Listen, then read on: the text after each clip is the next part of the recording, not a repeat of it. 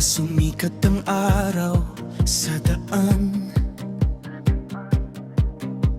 Tahimik ang mundo, gising na ang sasakyan. Bitbit ang saya at mga kwento ng nakaraan.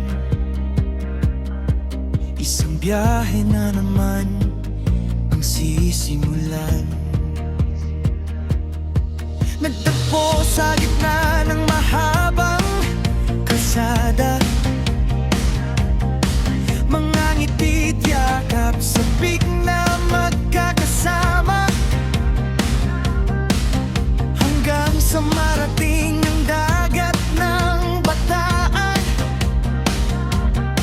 kung saan problema'y pansamantalang iiwan. Sa huling lakbay ng taon, pamilyang magkakasabay sa alon, tawanan, kwentuhan hanggang babit hapon, mga alaala'y baon hanggang sa susunod na panahon. Sa bawat yapak ng paglalakbay, mas ramdam ang saya kapag magkakatabi. Kahit saan man tayo dalhin ng daan, pamilya pa rin ang pinakamagandang destinasyon.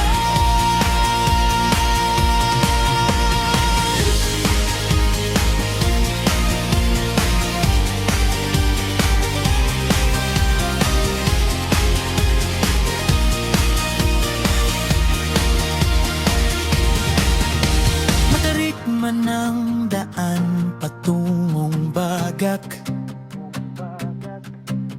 pagod nawawala sa bawat halakhak. Sa simpleng hapunan sa ilalim ng bituin, doon mo mararamdaman ang tunay na ginhawa rin. Hanggang sa huling gabi ng bakasyon, tahimik na kwento sa ilalim ng buwan. At sa pag-uwi, dala-dala sa puso, mga sandaling di kayang tapatan ng kahit ano.